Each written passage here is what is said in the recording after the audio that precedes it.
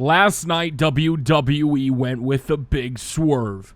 We had two new champions last night. First, Seth Rollins cleanly beat in the middle of the ring Roman Reigns.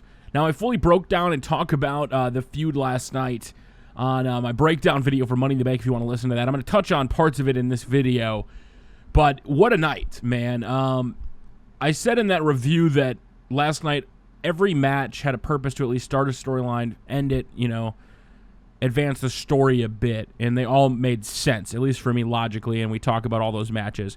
But you're looking at this now with Dean Ambrose is WWE champion. Dean Ambrose is your champion. Roman Reigns and Seth Rollins was the main event. Now, I think WWE was very smart last night, and I didn't think about this last night. I thought, there was rumors about them going after 10 p.m., that they don't have a time limit restriction now that they're on the network. But I also had forgotten when it was about 9:50 when the main event started that the NBA Finals were happening. I knew the NBA Finals were happening, but I didn't realize what a great timing it would be for WWE just to wait a second and, stall out the pay-per-view a little bit and start the main event later. Make sure that NBA Finals are done. That way people can switch over and see the big angle they had planned, because it turned into a huge angle. Roman Reigns and Seth Rollins, I thought, put on one hell of a match. And I'm sure the Roman Reigns haters, again, after 3 main event pay-per-views in a row, putting on a quality pay-per-view match, I'm sure they're going to give all the credit to Seth Rollins, because just like when Roman Reigns faced AJ Styles and had 2 hell of a good matches, this match against Seth Rollins, it's like he's just wrestling. Whoever's facing Roman Reigns, it's like they're facing camouflage. And they're just in there doing it all by themselves. I thought they put on a very good match. I like the near falls. I like the spots. A little, the ending, I was, okay. I see what it is. But when he finally pinned him, though, it was, wow. Holy shit, they actually did it. Now, I talked about in my prediction videos and then in the recap video that I had actually predicted that would happen. I just thought they would wait. I didn't necessarily think they would do it tonight. I thought that if they waited, something could happen with the club or whoever at Battleground, so they could at least have a big match. That way they could stall out the triple threat till at least SummerSlam, and they still could. Trying to figure out, well, who's going to get the shot, who's going to face who. Maybe they have a 6-man against 30 people of Shield reunite. Who knows? I don't exactly know where that's going to end up. But if you logically think about it, how awesome is it that Dean Ambrose was the guy that was kind of kept in the background? Dean Ambrose was the spot fest guy. Dean Ambrose was the Mick Foley of our generation, jumping off a Hell in a Cell, the ladders, the crazy moves that Dean Ambrose was doing. And meanwhile, Seth Rollins is the world champion and Roman Reigns is the next big face. And now 2.5 years later, 3 years later, Dean Ambrose is your world heavyweight champion. So combined between them, they have what? Like 5 or 6 title reigns, world title reigns, tag team, and a U.S. title reign, an Intercontinental. Like, come on, dude. That's insane for the former members of the Shield. Like, just to think about in the short period of time who's been world champion in the past couple of years, the fact that the Shield members have now all held the title, and they all have a rightful claim to eventually beat the crap out of each other and then maybe eventually reconcile. I had said about 1.5 years ago when it came to the 3 guys that Seth Rollins would be billed as the top guy right now. Meanwhile, in the background, Roman Reigns would be the next top guy. And I thought, what if the whole build of Roman Reigns was to have him lose cleanly at WrestleMania to Seth Rollins? Like, he won. Granted, there was some interference in the past, in the matches that they've had. There's been, with Seth Rollins and Dean Ambrose, there's been the Authority getting involved, J&J Security. It hasn't really ever been an even fight between those 2 guys. And then with Roman Reigns and Seth Rollins last night, it really kind of stepped their game up. And I was so happy with the spot they did with Seth Rollins where they teased the leg. It's that psychology that's in this wrestling and the entertainment that they've been doing recently that I'm looking for. I'm looking for those little tiny things. And the fact that he was out for injury for 9 months, he comes off the turnbuckle, that makes him great. So everybody last night got their stuff in. Seth Rollins got his victory over Roman Reigns. Roman Reigns lost. He got his rematch clause.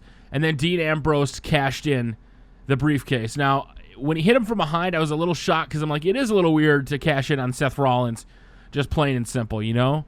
But it kind of goes to show that Roman did kind of give him one hell of a beating. And then now we're going to lead into this triple threat territory because who has the rightful rematch? Who's going to get it first? Are we going to get one guy getting it first and then somebody interferes at the next pay-per-view? So is it going to be Dean Ambrose versus Seth Rollins and then Roman Reigns comes out, interferes, and we get a triple threat? Are they going to slowly book it and then have SummerSlam as the second biggest WrestleMania match of all time? You know how they book SummerSlam in the past couple of years. They're almost conditioning you to believe that WrestleMania matches are the only big matches. And which disappoints me a little bit. So now the fact that SummerSlam is coming up, and if we get a Shield triple threat, it would be absolutely awesome. I was throwing around some ideas last night when it came to Dean Ambrose being champion and something of the nature of them kind of flip-flopping the titles right before the brand split. So now Roman doesn't have a title, and neither does Seth Rollins. Neither does John Cena.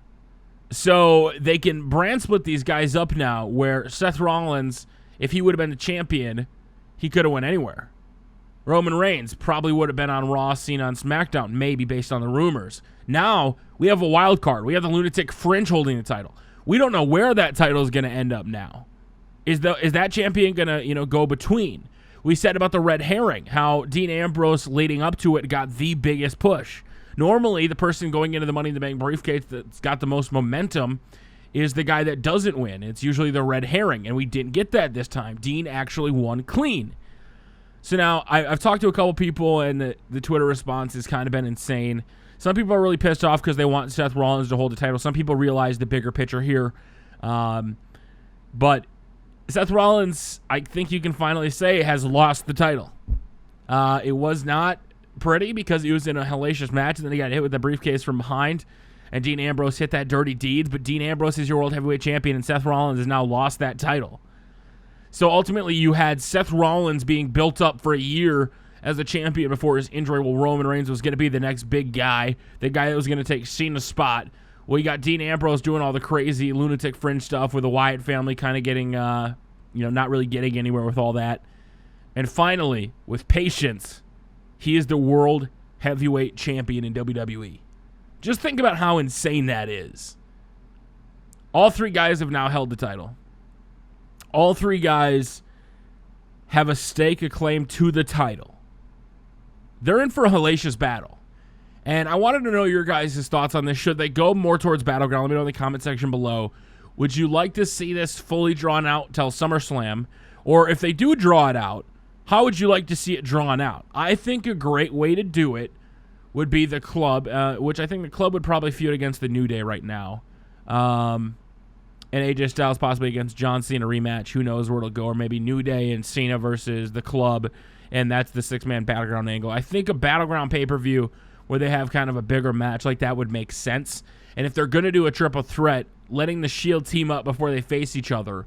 Like something happens on Raw where the Authority is like, listen, guys, we want the biggest show possible. And you plan it out that way. Now with the brand split, how are the feuds going to go into SummerSlam? Are they even going to be able to compete in that triple threat? That's something that a lot of people don't realize, that if the brand split happens, maybe this is what prolongs the Shield triple threat. Maybe this is what saves it to be a long-term feud that you're going to see for a long time. Maybe we won't get that Shield triple threat until WrestleMania next year, and they do delay it out. I'd love to know your guys' thoughts on this. Do you think they should delay it out till WrestleMania? Do you think the brand split affects this at all? Do you still think they would do it at SummerSlam? Because a lot of people may not realize the fact that the brand split could cause those conundrums. We now know that WWE officially announced that they will be competing for, they've announced the brand split, but with the actual announcement today that they're going to be competing for television ratings and everything in the GM on the first SmackDown on July 19th. They're going to do the draft. And we're going to see where Dean Ambrose ends up live for the first time going forward on the new SmackDown on Tuesdays is when the draft is going to happen. That's why it was July 19th. I don't know if Dave Meltzer had an inside source or it was just common, knowledge that would be the date to do it on, right? But it'll be interesting. We'll see who leaves as champion. And to be honest with you, I don't think it really matters. I think at this point, we are in for an awesome summer of wrestling, at least for the title picture. because Dean Ambrose, Seth Rollins beat Roman Reigns. Who knows? Is the club going to come in and show up? Are we going to see Dean Ambrose right as he's about to beat Roman Reigns? He's going to retain his title. It's going to be huge. And then all of a sudden, bullet